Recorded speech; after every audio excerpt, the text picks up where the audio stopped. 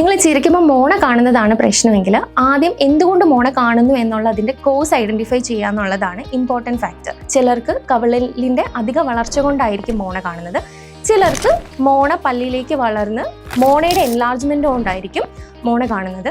അത്തരത്തിലുള്ളവർക്ക് ചിരിക്കുമ്പം പലപ്പോഴും ചെറുതായിട്ടേ പല്ല് വിസിബിലിറ്റി ഉണ്ടാവുള്ളൂ. ഇൻ ദാറ്റ് കേസ് നമ്മൾ ലേസർ ജിഞ്ചൈവെക്ടമി അല്ലെങ്കിൽ ലേസർ ക്രൗൺ ലെങ്തനിങ് പോലെയുള്ള ട്രീറ്റ്മെൻറ്റ് ചെയ്ത് മോണ കട്ട് ചെയ്ത് പല്ലിൻ്റെ വിസിബിലിറ്റി കൂട്ടുകയാണ് ചെയ്യുന്നത്. അതൊരു OP procedure within 1 or 2 hours ഇടയിൽ ചെയ്യാൻ പറ്റുന്നതാണ്. നിങ്ങൾക്ക് ഡ്യൂട്ടീൻ്റെ ഒക്കെ ഇടയ്ക്ക് ഒരു ചെറിയ ബ്രേക്ക് എടുത്ത് വന്നിട്ട് തീരെ വേദനയോ ബുദ്ധിമുട്ടോ ഒന്നും ഇല്ലാതെ തന്നെ ചെറിയൊരു ലോക്കൽ അനസ്തേഷ്യയിൽ കംപ്ലീറ്റ് ചെയ്യാവുന്ന ഒരു പ്രൊസീജിയറാണ്. അതേസമയത്ത് കവിളലിൻ്റെ അധിക വളർച്ച കൊണ്ടാണ് നിങ്ങൾക്ക് മോണ കാണുന്നതെങ്കിൽ അതിൻ്റെ കറക്ഷൻ എന്ന് പറയുന്നത് ലീഫോർഡ് സർജറിയാണ്.